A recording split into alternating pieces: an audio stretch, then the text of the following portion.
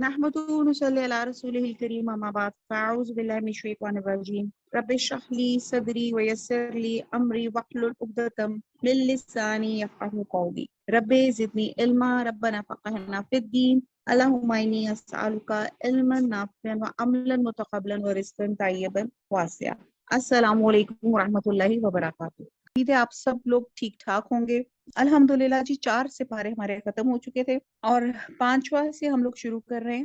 اعوذ باللہ من الشیطان الرجیم بسم اللہ الرحمن الرحیم والمحصنات من النساء الا ما ملکت ایمانکم کتاب اللہ علیکم، اور حرام کی گئیں شوہر والی عورتیں مگر وہ جو تمہاری ملکیت میں آ جائیں۔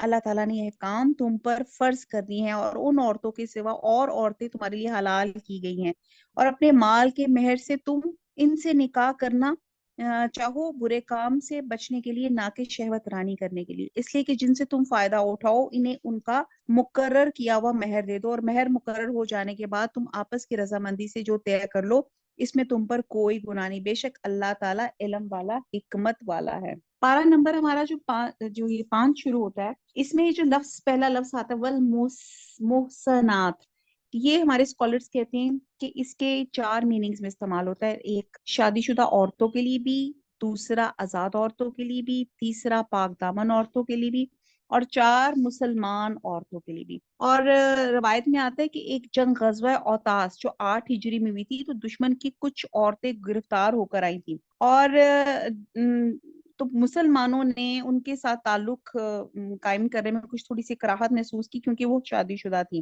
اور صحابہ نے نبی صلی اللہ علیہ وسلم سے جو سوال پوچھا تھا جس پر یہ آیت نازل ہوئی تھی، جس سے معلوم ہوا کہ جنگ میں حاصل ہونے والی کافر عورتیں جب مسلمانوں کی لونڈیاں بن جائیں تو شادی شدہ ہونے کے باوجود ان سے تعلق رکھنا جائز ہے۔ اور بہرحال یہ ایکچولی یہ تمام لونڈی کا مسئلہ ہے، اور قرآن یہ ایکچولی جس وقت اللہ کے جب نبی آئے تھے تو اس وقت یہ لونڈی اور غلاموں کا جو رواج تھا بہت ان کے ساتھ برا سلوک کیا جاتا تھا۔ تو اسلام جب آیا تو اس نے گریجولی مسلمان مطلب غلاموں کو یا نان مسلم جو بھی تھے ان کے ورک لوڈ کم کیے، ان کی سہولتیں ان کو دیں، ان کی غلامی کی حوصلہ شکنی کی، کیونکہ پہلے زمانے میں لونڈیوں کی یا ان کی غلاموں کی خرید و فروخت ہوتی تھی۔ تو بہرحال اللہ سبحانہ تعالیٰ نے اسلام سے یہ بہت زیادہ ان کے اوپر آسانیاں کی۔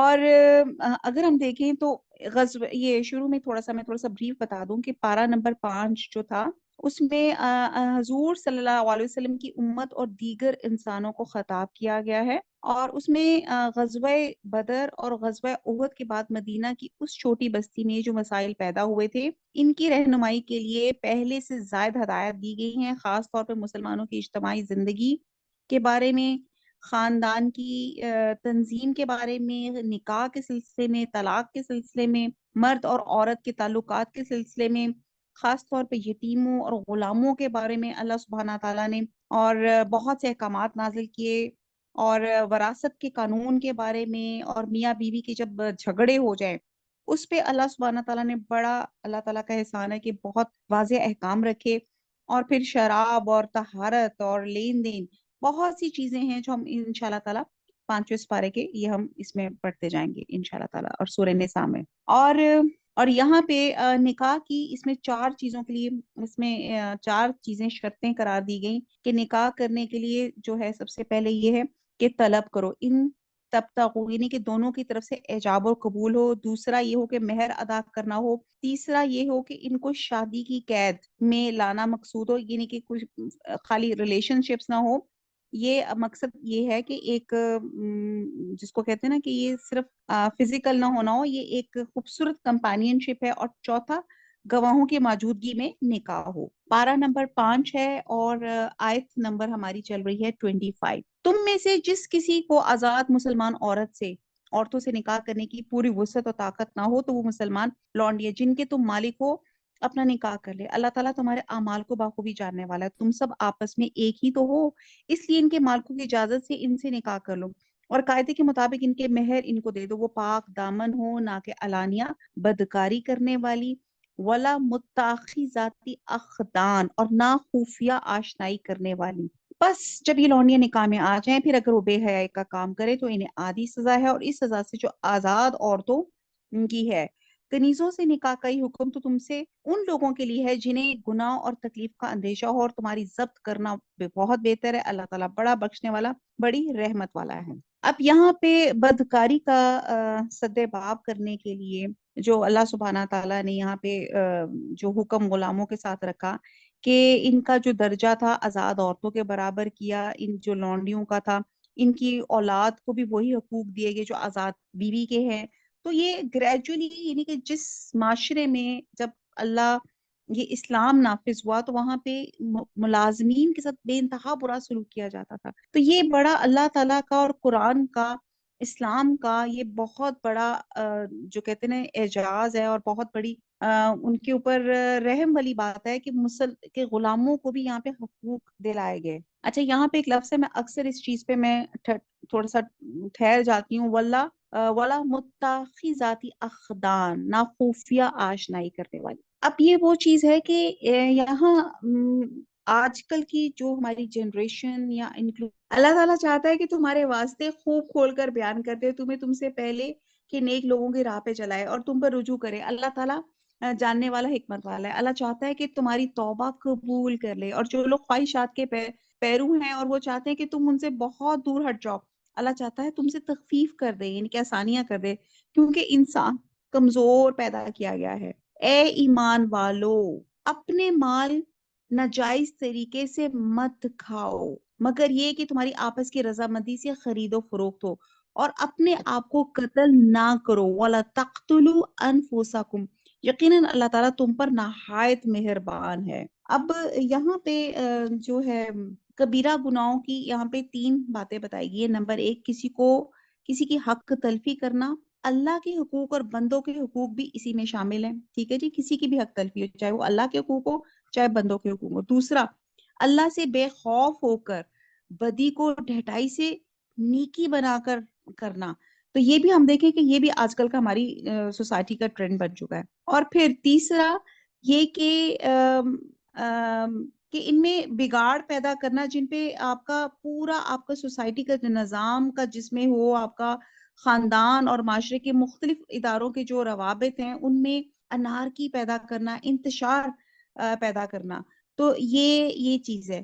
تو قرآن نے اس کے لیے لفظ ظلم استعمال کیا ہے، اور پھر ایک فسق اور معصیت کے الفاظ بھی لکھے گئے ہیں، اور یہ تمام چیزیں اس چیز میں آتی ہیں۔ تو اللہ تعالیٰ ان تمام چیزوں سے ہمیں بچائے۔ کہتے ہیں کہ جو چیزیں حرام ہوں ان کا کہتے ہیں کہ زیادہ ذکر نہیں کرنا چاہیے، اور بعض اوقات کیا ہوتا ہے جب ہم ذکر کرتے ہیں تو زبان سے عزم اور پھر عزم سے ارادہ بن جاتا ہے۔ اور کبیرہ گناہ جن پر حد مقرر کی جائے، کبیرہ گناہ وہ ہوتے ہیں جن پہ حد مقرر کی جائے، اور جن پہ اور کچھ ہوتے ہیں جن پہ عذاب کی وعید کی جائے، جیسے یہ تمام چیزیں، جیسے خودکشی، جھوٹ، وہ کام۔ تو کبیرہ گناہ جو ہے یہاں پہ اللہ تعالیٰ فرماتے ہیں کہ کبیرہ گناہ توبہ، اگر آپ صدقے دل سے توبہ کریں تو انشاءاللہ اللہ تعالیٰ معاف بھی فرما دے گا۔ بہرحال اللہ تعالیٰ سے یہ ہے کہ بعض اوقات صغیرہ گناہوں کو بھی مسلسل کرتے رہنے سے وہ کبیرہ گناہ بن جاتے ہیں، اور کہتے ہیں کہ جو شخص بڑے گناہ چھوڑ سکتا ہے تو وہ چھوٹے چھوٹے بھی چھوڑ سکتا ہے۔ اللہ کے رسول نے حضرت عائشہ کو فرمایا کہ چھوٹے چھوٹے گناہوں سے پرہیز کیا کرو، کیونکہ یہ چھوٹے چھوٹے گناہ بھی ڈبونے کے لیے کافی ہوتے ہیں، ٹھیک ہے جی۔ تو بہرحال چھوٹے گناہوں کا اسرار بھی اس کو کبیرہ گناہ بنا دیتا ہے۔ تو یہاں پہ کچھ لسٹ آف کرائمز بتائی جا رہی تھی، آیت نمبر 30۔ اور جو شخص یہ نافرمانیاں، سرکشی اور ظلم سے کرے گا تو ان قریب جہنم میں اس کو آگ میں داخل کریں گے، اور یہ اللہ پر آسان ہے۔ اگر تم ان بڑے گناہوں سے بچتے رہو جن سے تم کو منع کیا جاتا ہے، تو ہم تمہارے چھوٹے گناہ دور کر دیں گے اور عزت اور بزرگی کی جگہ داخل کریں گے۔ کبیرہ گناہ کی جس میں نے تعریف بتائی کہ یہ وہ گناہ ہیں جن پہ حد مقرر ہے، اور بعد کے نزدیک وہ گناہ ہیں جن پہ قرآن یا حدیث میں سخت وعید یا لعنت آئی ہے، اور بات کہتے ہیں ہر وہ کام جسے اللہ نے اور اس کے رسول نے روکا ہے تو